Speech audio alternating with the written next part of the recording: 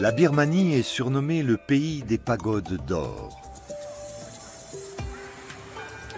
Leurs toitures dorées et les gigantesques statues de marbre témoignent de la vénération que l'on voue ici au Bouddha.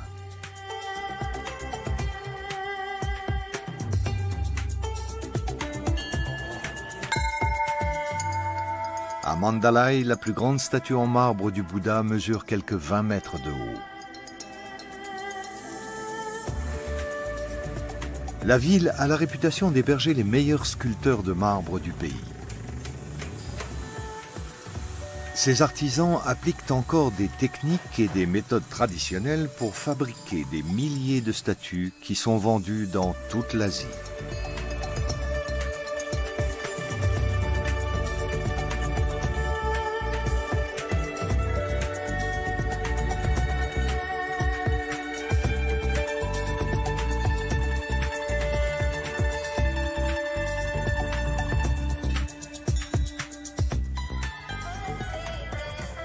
La vénération du Bouddha ne suppose pas forcément une dévotion paisible et discrète. Elle s'exprime aussi par des fêtes populaires hautes en couleurs et portées par la musique.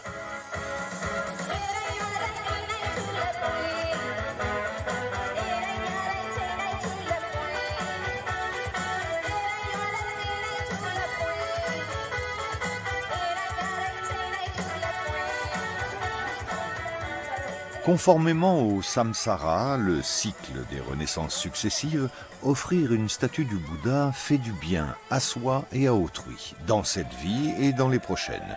Ceux qui en ont les moyens offrent des statues du Bouddha en quantité.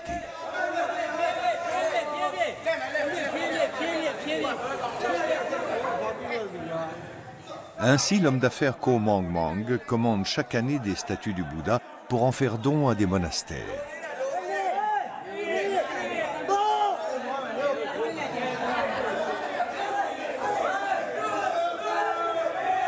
Une fois la statue en place, le donateur et sa famille sont immortalisés devant la statue. Faire un don fait partie de notre culture. Pour moi, c'est un devoir de consacrer une partie de ma richesse à faire le bien et à inciter les générations futures à perpétuer la tradition des dons.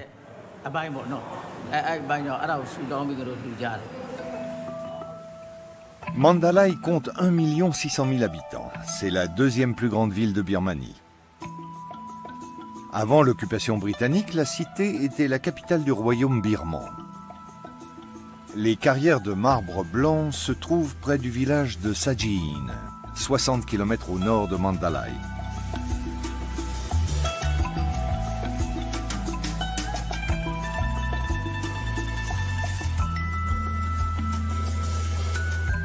Ces carrières donnent un marbre d'un blanc pur.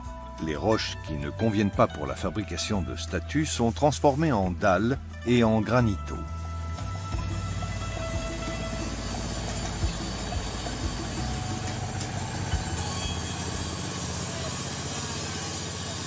La vie dans le village de Sajiin est centrée sur le marbre. Son exploitation fait vivre la grande majorité des villageois. U Po Thar est considéré comme un des meilleurs sculpteurs de marbre de Sajiin. Ses clients se trouvent aux 4 coins de l'Asie.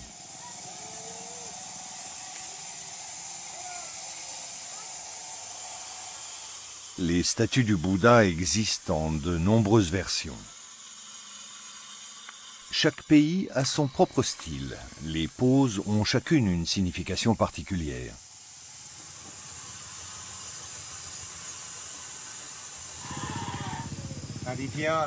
Voici une statue de style Khmer pour le Cambodge. On la reconnaît aux 2 nagas, les serpents mythiques, et au visage allongé du Bouddha. Ici, on a un marbre très rare qui tire sur le verre. Les veines sont vraiment très belles. Surtout ici, dans le drapé. Un client prestigieux visite la carrière. Le moine U Keteindo est un des moines supérieurs du monastère de Pa Aok. Le moine recherche un bloc de marbre d'une beauté exceptionnelle pour leur nouveau centre de méditation en construction. Celui-là, je le trouve très beau. Upotar présente aux moines plusieurs blocs qu'il mesure avec précision. La densité et la qualité du marbre s'évaluent par le toucher, l'ouïe et l'odorat. Ça me semble bien. C'est un bloc de très bonne qualité.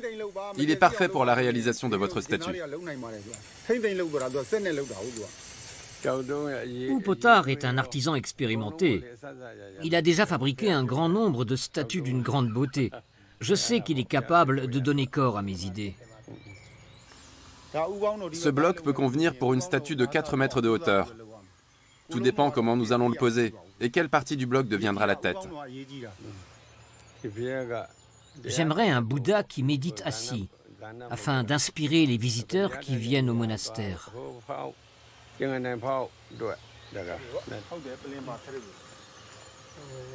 La posture du corps et la position des mains se déclinent de nombreuses façons, mais le Bouddha assis est le plus demandé.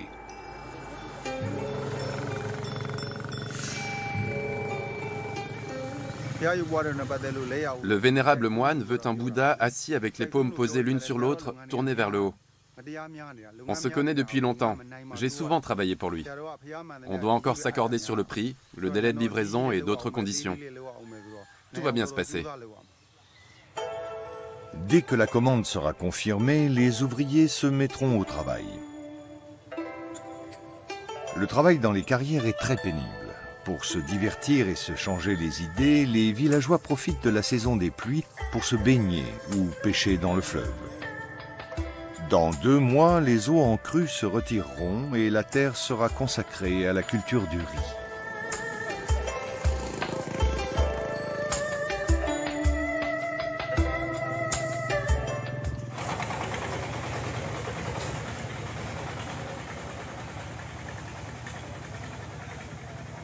Le travail dans la carrière commence à 8 heures. Juste avant, les ouvriers dégustent une soupe en guise de petit déjeuner.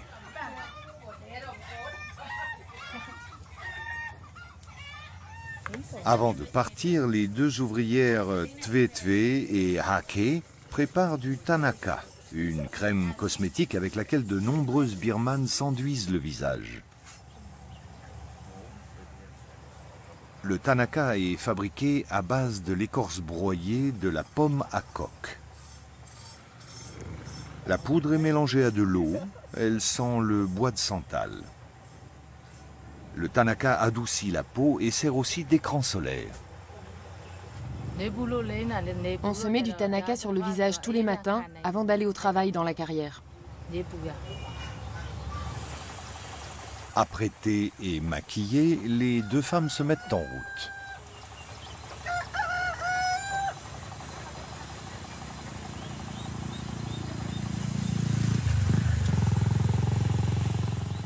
Upotar vit seul depuis le décès prématuré de son épouse. Juste à côté de sa maison, il possède un atelier où sont fabriquées et polies des statues de petite taille.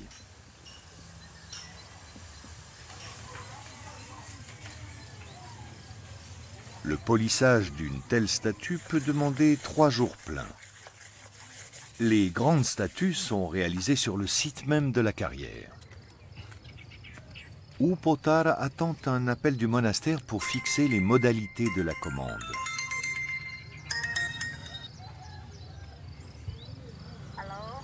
Allô? Oui, j'ai parlé avec le vénérable moine supérieur. Le 5, pour la fête des Lumières, c'est tout à fait faisable. La statue doit être livrée pour la fête des Lumières à la prochaine pleine lune. Ça nous laisse peu de temps. Mais le vénérable moine supérieur a insisté pour avoir son Bouddha à cette date. Avant l'extraction, les propriétaires ignorent si la parcelle qu'ils louent contient du marbre de qualité. Les explosions dans la carrière sont programmées le matin à heure fixe. Elles permettent de détacher des blocs de la montagne sans abîmer le précieux marbre utilisé pour les statues.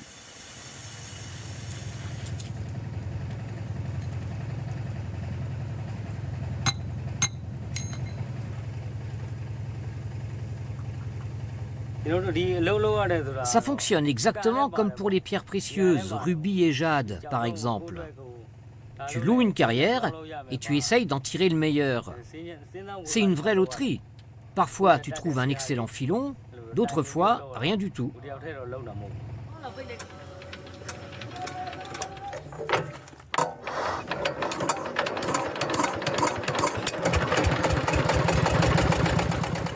L'électricité dans les carrières est fournie par de vieux générateurs diesel.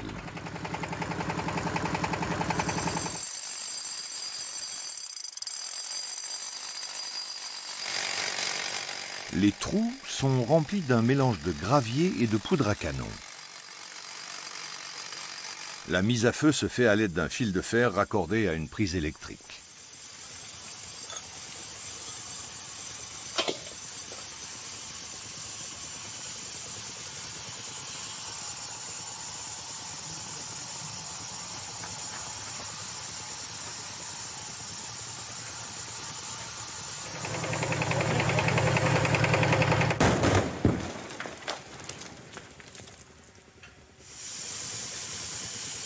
Sur le bloc de Upotar, qui deviendra un Bouddha assis, les travaux commencent. Les proportions, hauteur, largeur, longueur sont déterminantes.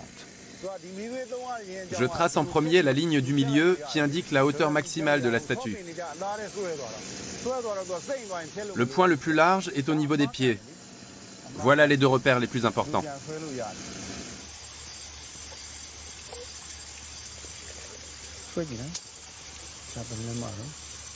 Pour fabriquer le Bouddha assis, Upotar a engagé 5 ouvriers.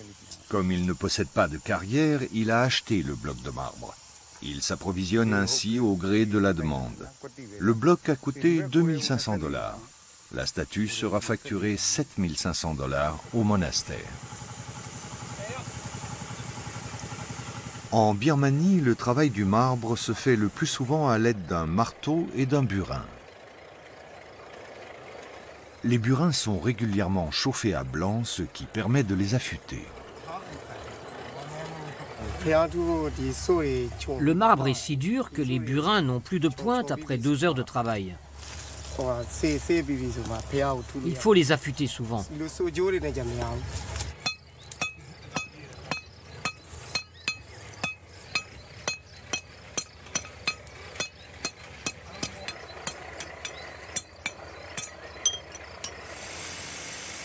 Les femmes effectuent des tâches simples, mais physiques, comme porter des fragments de roche.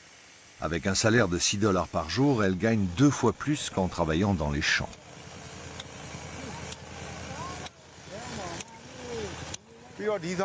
Upotar paye ses ouvriers la coquette somme de 13 $ par jour. Leur travail consiste à sculpter la forme brute du Bouddha. Ils commencent par éliminer les parties inutiles pour s'assurer que le marbre n'est pas altéré par des lignes sombres ou des fissures.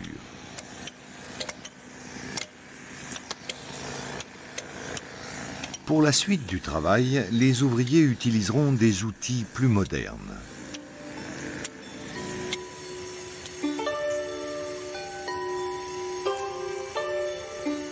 Ceux qui exploitent une carrière loin de la route ont bien du mal à acheminer les blocs les plus volumineux. Les petits exploitants ne disposent pas d'un outillage moderne.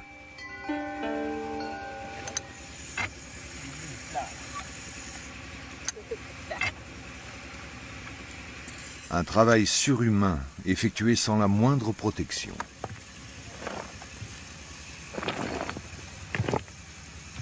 Les propriétaires déplacent des roches de plusieurs tonnes à main nue, en s'aidant d'un cric pour camion.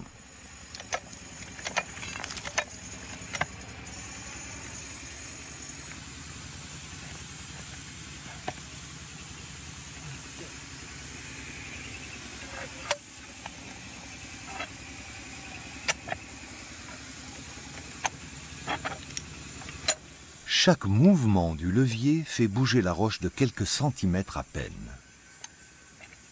Il faudra 1 semaine pour faire rouler ce bloc jusqu'à la route. On n'a pas de vêtements de sécurité ici. Les hommes travaillent torse nu parce qu'il fait trop chaud. Et on porte tous des sandales en plastique. Les pierres sont si tranchantes que les sandales sont fichues en 6 semaines et qu'il faut en racheter des neuves. Il y a parfois de petits accidents. Il suffit de regarder les pieds de ceux qui travaillent ici. Mais ça fait partie du boulot, ce sont les risques du métier. Ça a toujours été comme ça et ça continuera comme ça.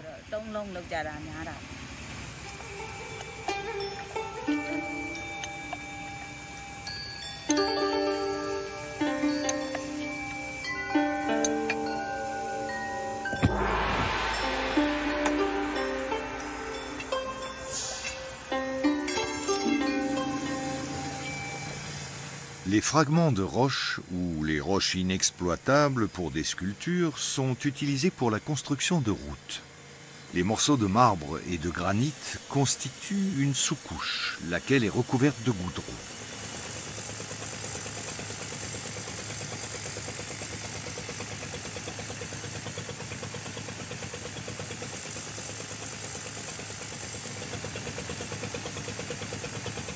Cinq jours plus tard, le Bouddha sculpté par U Potar commence à prendre forme.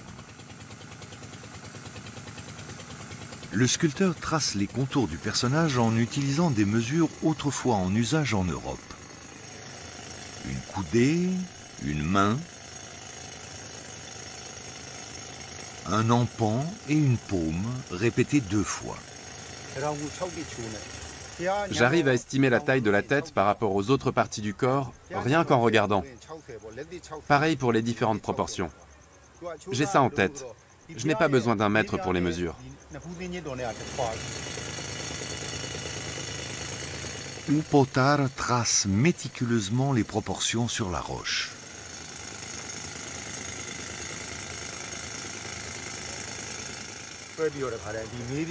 Le visage doit toujours avoir la taille d'une longueur de main. L'avant-bras est aussi long que 2 largeurs de main. Pour une statue de cette taille, la longueur du visage représente un avant-bras et une largeur de main. C'est la taille traditionnelle. Il y a une valeur pour toutes les parties du corps. Une vérification avec un mètre permet quand même de s'assurer que les mesures sont bien justes.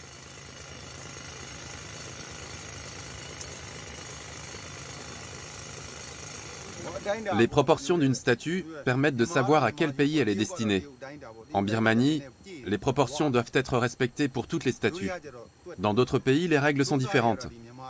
Le visage doit être plus long ou les oreilles doivent avoir une forme spécifique. Ce sont les principales différences. La qualité d'une statue est déterminée par le respect des normes du pays de destination. Chacun peut voir que ce Bouddha est destiné à la Birmanie. Les signes distinctifs relèvent de la tradition et on se doit de les respecter.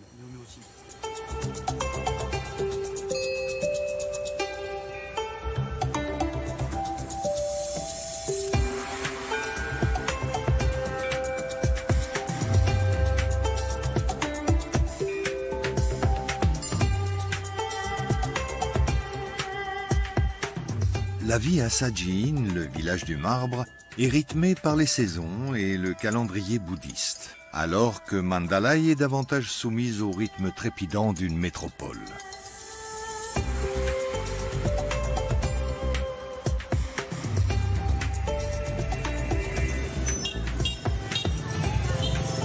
Proche de la Chine, Mandalay est la ville birmane qui connaît la plus forte expansion. Elle est aussi le poumon économique du nord du pays.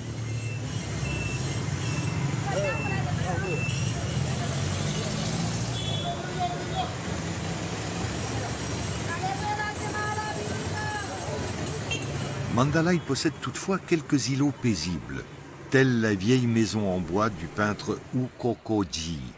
Cet ancien professeur de psychologie est devenu célèbre avec ses œuvres abstraites aux couleurs vives.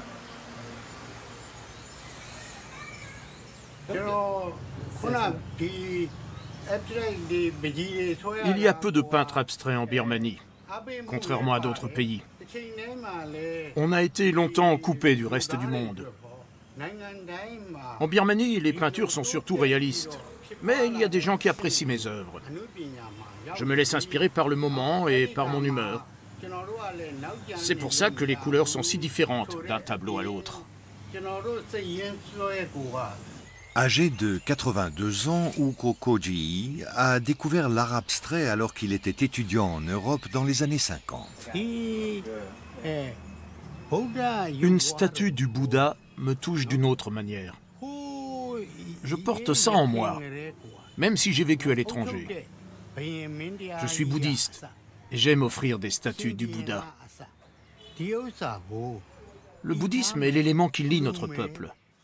C'est la clé de la psyché propre aux habitants de ce pays. Le bouddhisme nous enseigne à faire le bien. Il influence notre mode de vie de façon positive. Mon épouse est décédée l'année dernière et j'aimerais offrir une statue du Bouddha en notre nom, à elle et à moi.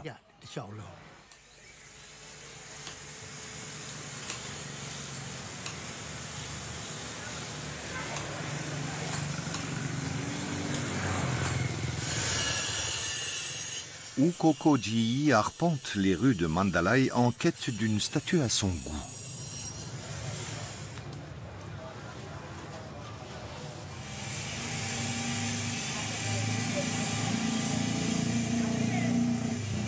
Il y en a de toutes sortes et pour tous les goûts, mais Ukoko Ji n'arrive pas à trouver ce qu'il cherche. Les visages de certains Bouddhas sont sculptés en dernier et le choix des couleurs est laissé aux clients.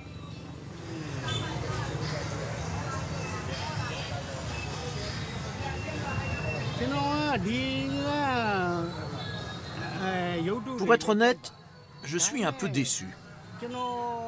La statue doit avoir quelque chose de nous deux, ma femme et moi. Elle ne doit pas être trop grande, elle doit exprimer quelque chose de beau, et elle doit être faite dans un marbre de grande qualité.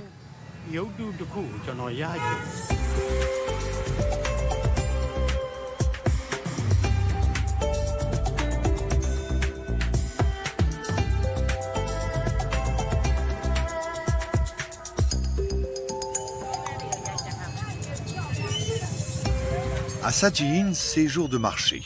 Les paysans des environs viennent vendre les produits de leur ferme. Les villageois peuvent s'approvisionner en légumes frais tous les 2 jours. Hormis le riz et les fruits, la région produit d'innombrables légumes qui forment la base de délicieuses recettes régionales.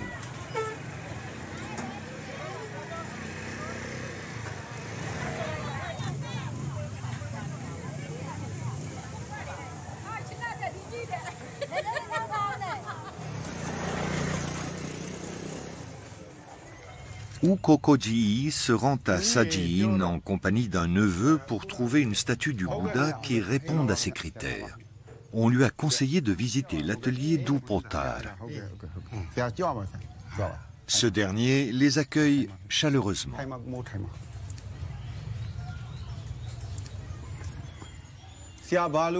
Que puis-je faire pour vous? J'ai beaucoup entendu parler de Sajiin et de Upotar. On pourrait faire un tour dans l'atelier? D'accord. Je cherche une statue pas trop grande.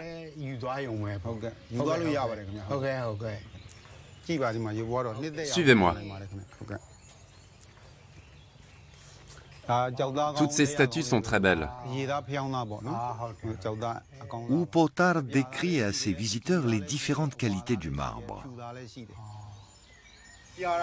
Un marbre de qualité exceptionnelle est très dense et raffiné. Une fois poli, il est translucide comme de la cire. Le marbre de qualité moindre n'est pas translucide. Il ne laisse pas passer la lumière. Il existe aussi différentes couleurs. Ukoko Ji fait rapidement son choix. La petite statue pèse près de 20 kilos. C'est pour cela qu'Ukoko Ji a demandé à son neveu de l'accompagner. Il ne veut pas faire livrer la statue, il veut l'emporter directement avec lui. Upotar rédige la facture. Une statue du Bouddha de cette taille dans le meilleur des marbres coûte $200.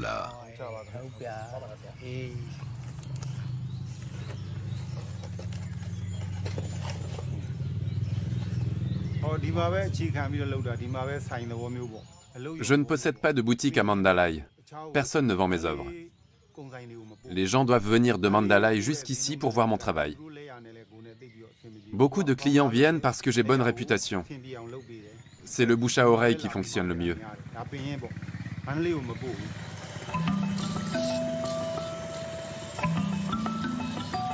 Unkokoji retourne à Mandalay à bord d'un bateau. Même si c'est plus rapide en voiture, il préfère profiter de la beauté du fleuve.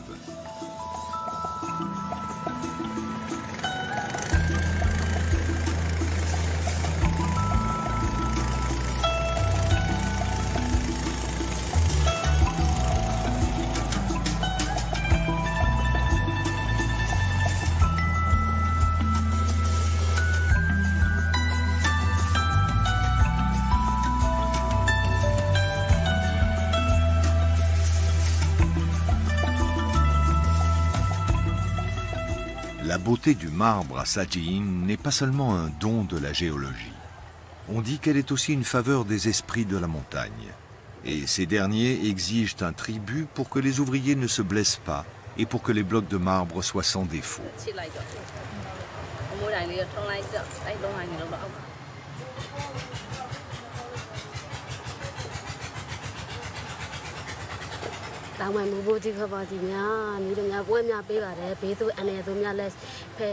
Les formules invocatoires et les requêtes sont censées prémunir les ouvriers contre un éventuel accident.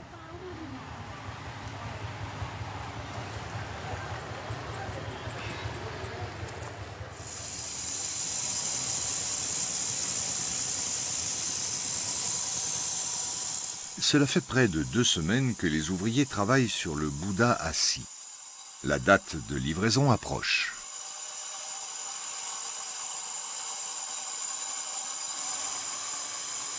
Sans cette meuleuse pour couper les contours des différentes parties de la statue, les ouvriers mettraient 6 mois à terminer le travail.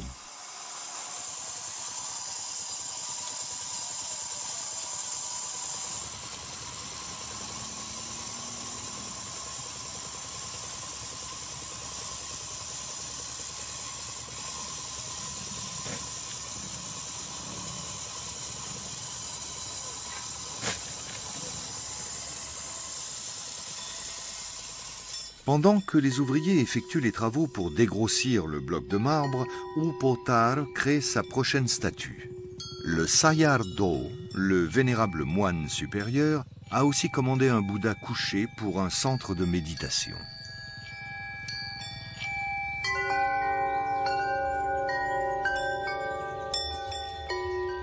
Ici aussi, le travail commence par le tracé des proportions.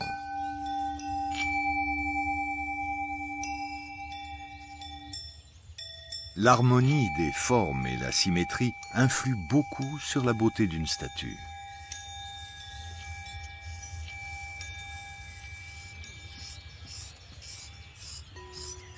Le vénérable moine supérieur a choisi un visage très paisible et détendu. Le Bouddha couché est une représentation du bienheureux, ainsi qu'on le surnomme encore, au moment de l'éveil. C'est une des postures les plus appréciées, tout comme le Bouddha assis, absorbé dans une profonde méditation.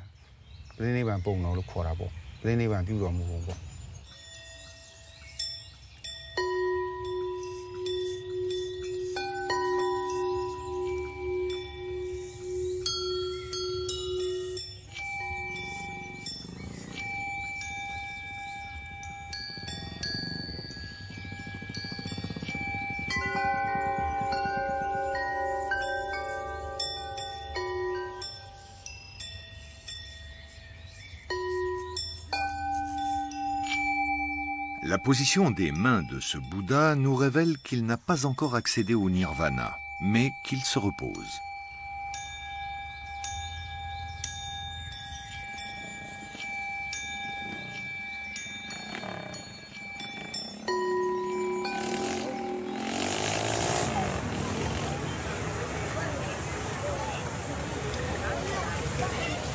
L'Irrawaddy est la plus grande voie de communication de la Birmanie. Toutes les marchandises du Nord transitent par le fleuve pour être transportées à Mandalay. Les vendeurs de bambou et de bois vivent le plus souvent sur des bateaux aménagés ou dans de petites maisons en bordure du fleuve.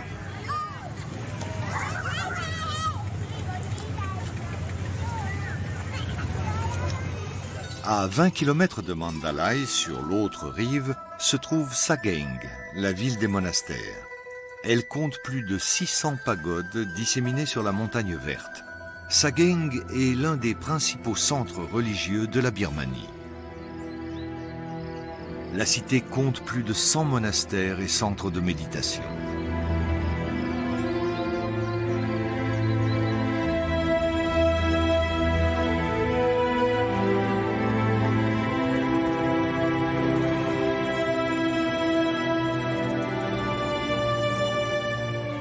Ukokojii veut faire don de sa statue à un petit monastère de la cité.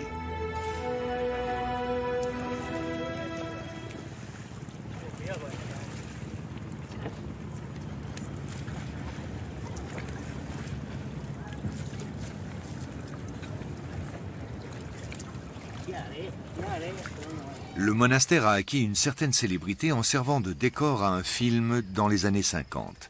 Depuis lors, il est surnommé Monastère Cinéma. Ukokojii et son épouse y allaient souvent pour prier. Bonjour. Voici le cadeau promis.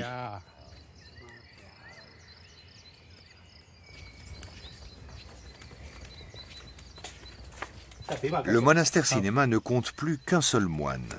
Il vit là avec plusieurs novices auxquels il apprend à lire et à écrire. Le Bouddha d'Ukokojii leur permettra désormais d'honorer dignement l'enseignement du Bouddha.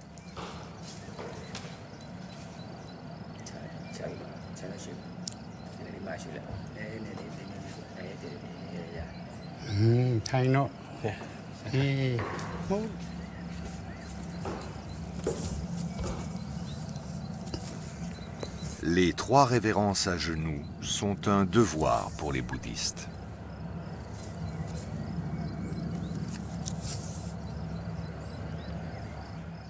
Le Bouddha a une très belle place ici. Je venais enfant avec mes parents dans ce monastère. J'aime l'ambiance de cet endroit. J'ai une longue histoire avec lui. J'ai amené régulièrement des amis ici, afin qu'ils y trouvent la paix intérieure, qu'ils puissent méditer et honorer l'enseignement du Bouddha. Ma femme aussi. J'éprouvais le besoin de faire une bonne action pour ce monastère, de faire un don au nom de ma femme et de moi-même. Au bas de la statue, il y a nos 2 noms. Ils seront peints en lettres d'or. Sagaing a beau être tout près de la métropole de Mandalay, le temps semble s'y être arrêté. Et pas seulement pour Ukokojii.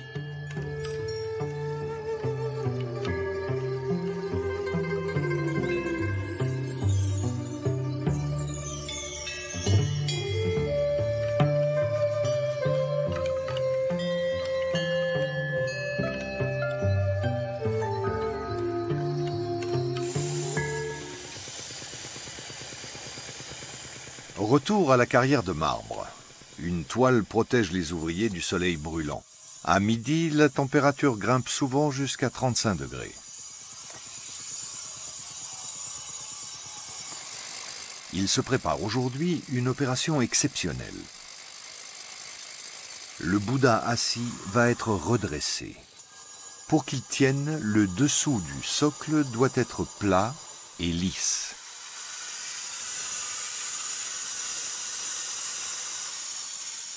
La poussière et la chaleur sont insupportables.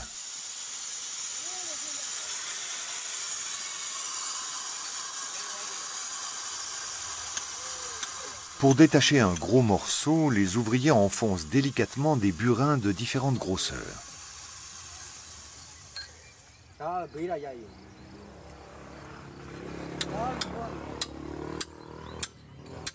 Un petit coup de levier suffit pour faire tomber un pan du bloc de marbre.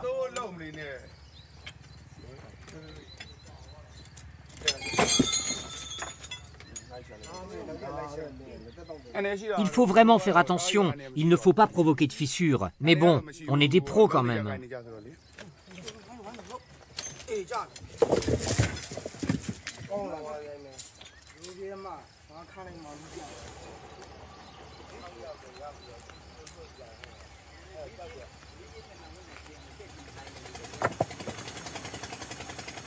La statue de 10 tonnes sera soulevée par cette grue. Une fois le Bouddha redressé, les ouvriers pourront le travailler sur toutes ses faces et les travaux progresseront plus vite. Le poids de la statue pousse la grue à ses limites. Le conducteur doit faire plusieurs tentatives avant de réussir à faire bouger le roc.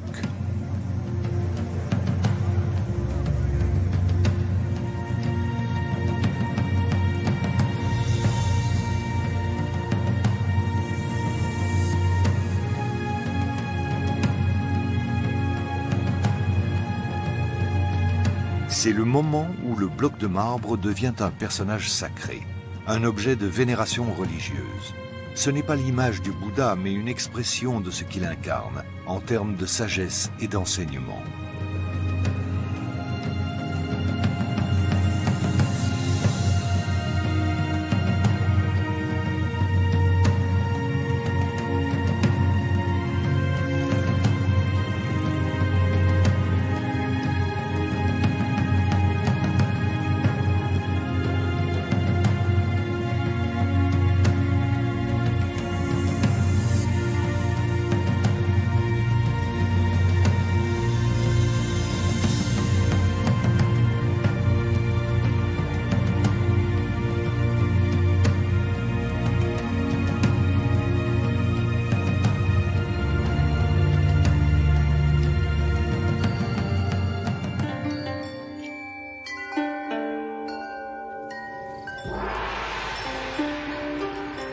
Une délégation du monastère Pa'aok vient constater l'avancement des travaux.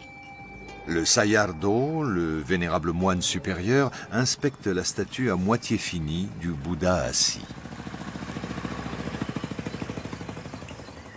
Qu'en pense-t-il? C'est bien. Il reste beaucoup à faire, mais on tiendra les délais. Le dégrossissage a été fait.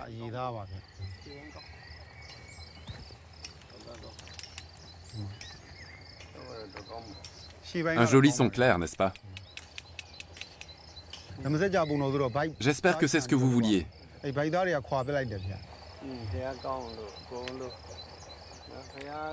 Oui, il est très beau. Il est bien. Il me plaît beaucoup. L'assistance se rend ensuite auprès du second Bouddha, celui en position couchée.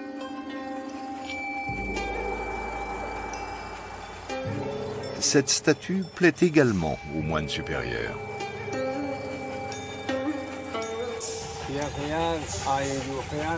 Une statue du Bouddha n'est pas la représentation du vrai Bouddha, mais une incitation à réfléchir à l'enseignement du bouddhisme et à méditer. Une statue personnifie l'enseignement qui découle de la vie du Bouddha. C'est pour ça que ces statues sont si importantes pour les bouddhistes.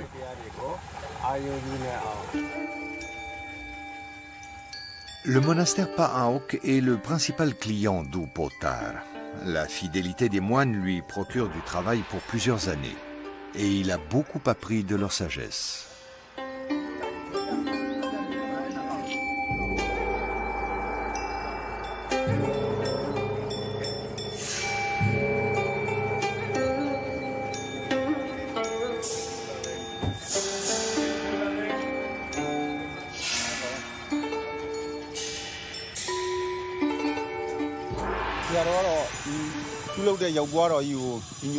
Le vénérable moine supérieur est très satisfait de mon travail.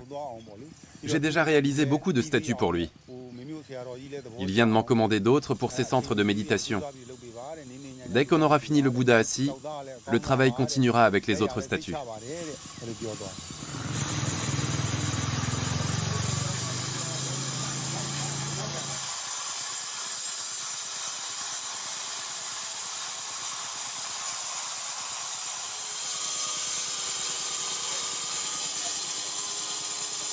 Le Bouddha s'affine peu à peu.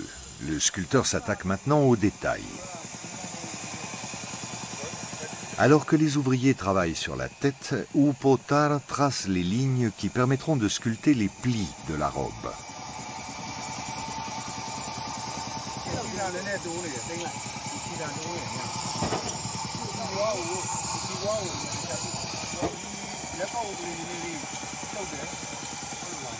Ce travail est réservé à l'artiste.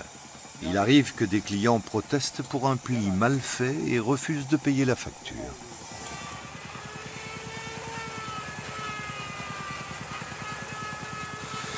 Le sculpteur de marbre fait ici la preuve de sa grande maîtrise. Les détails du visage du Bouddha sont également peaufinés par Upotar. Le vénérable moine supérieur a insisté pour que du visage rayonne une grande paix intérieure. Ici, pas question de faire une fausse manœuvre. Une seule erreur et la statue serait bonne à jeter.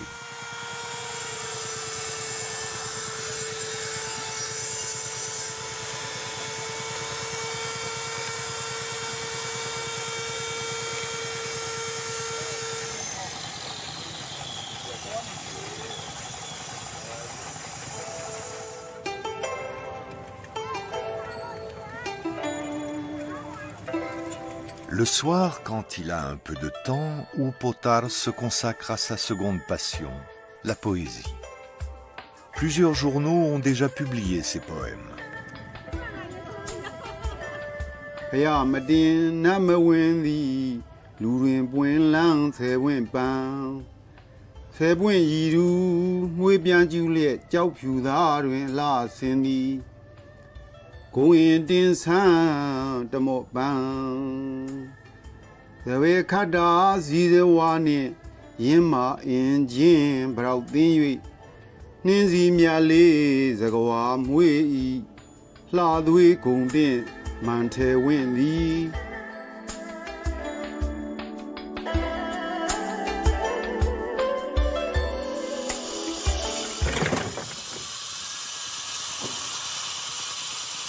Le Bouddha assis est presque terminé. Les travaux de finition, comme le polissage, se feront une fois la statue installée à sa place dans le centre de méditation de Pa'aok.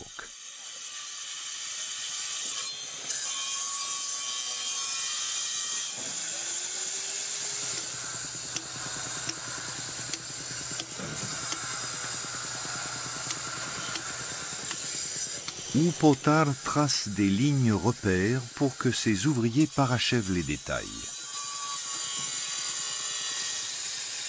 La roche brute est devenue une splendide statue du Bouddha.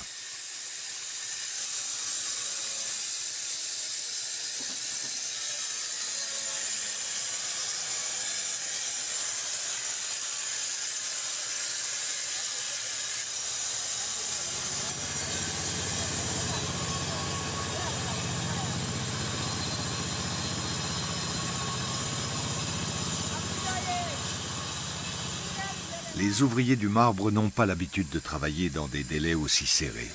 Autrefois, ils prenaient le temps qu'il fallait et cela dépendait aussi de la météo.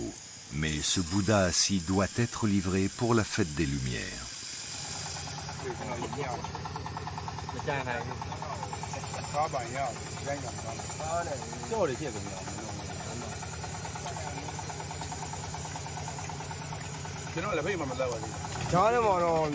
On a bien avancé jusqu'à maintenant. Normalement, on a plus de temps pour faire une aussi grande statue. Ça ne fait que 3 semaines qu'on y travaille. D'habitude, ça demande 2 mois de finir une statue de cette taille.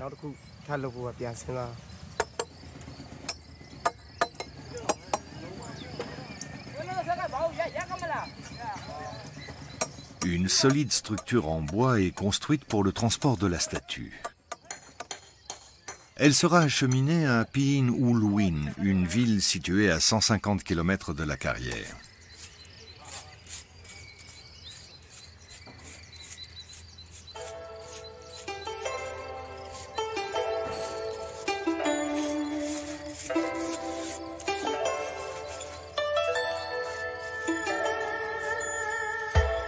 Upotar surveille le chargement de la statue.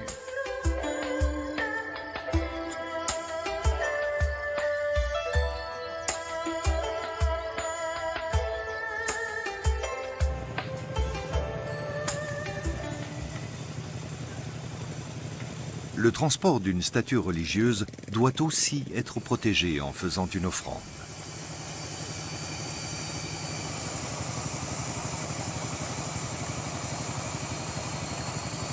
La bassine contient des fruits, des bougies et des fleurs qui susciteront la bienveillance des esprits.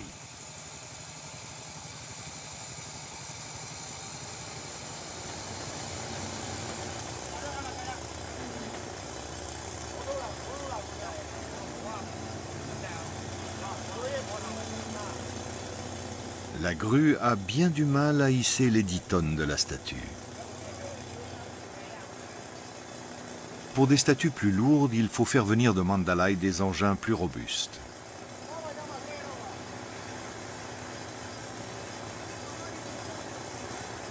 Les ouvriers doivent installer la statue dans la bonne position.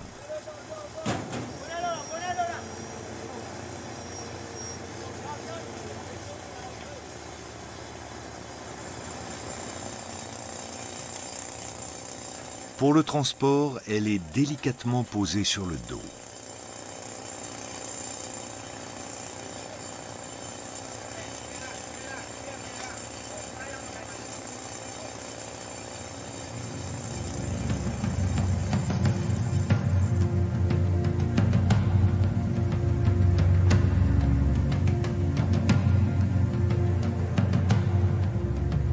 Le nouveau centre de méditation du monastère Pa'aok se trouve à 150 km dans la montagne. Le camion mettra une journée pour effectuer le trajet.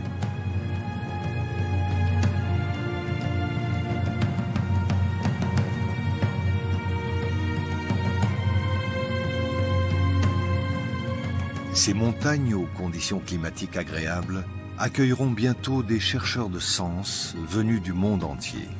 À travers l'enseignement du Bouddha, ils chercheront la paix.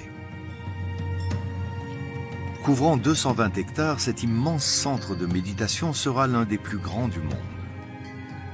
Ce projet gigantesque coûtera 300 millions de dollars, récoltés grâce à des dons en grande partie en provenance d'Europe. Le centre est entouré de plus de 1000 kuti, des cellules de méditation. La salle des prières pourra accueillir des milliers de fidèles. Les ouvriers sont chaussés de sandales, même sur les échafaudages du toit.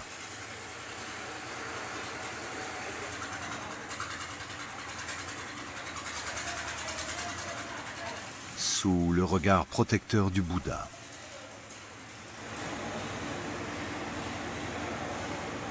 Les ouvriers sont logés sur le chantier jusqu'à la fin des travaux.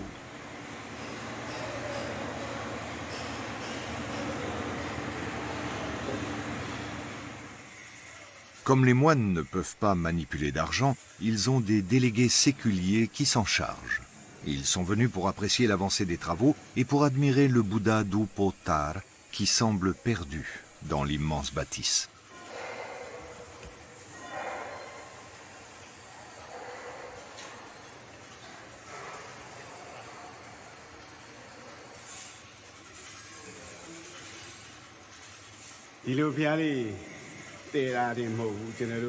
Pour un édifice de cette grandeur, on ne peut pas prévoir la date de livraison, car il y a toujours des imprévus.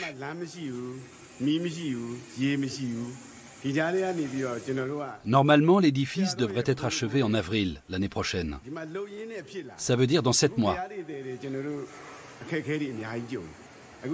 Le vénérable moine supérieur a commandé ce Bouddha pour offrir aux visiteurs un support de concentration quand ils méditent. Nous attendons des visiteurs du monde entier.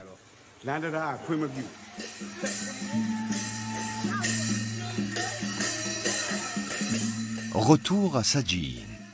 Comme dans toute la Birmanie, à la pleine lune d'octobre, les villageois célèbrent Tadin Jiu, la fête des Lumières, qui marque la fin du jeûne bouddhiste. La fête commence l'après-midi par une procession.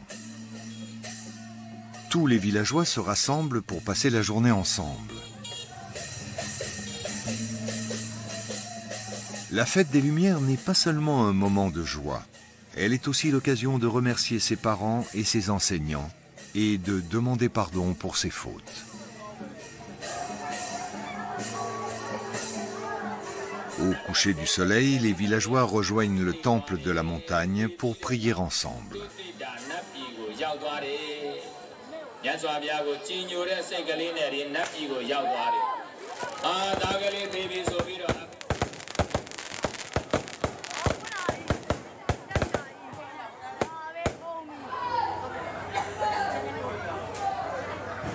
En allumant des bâtonnets d'encens et des bougies, les Birmans célèbrent aussi la fin de la saison des pluies.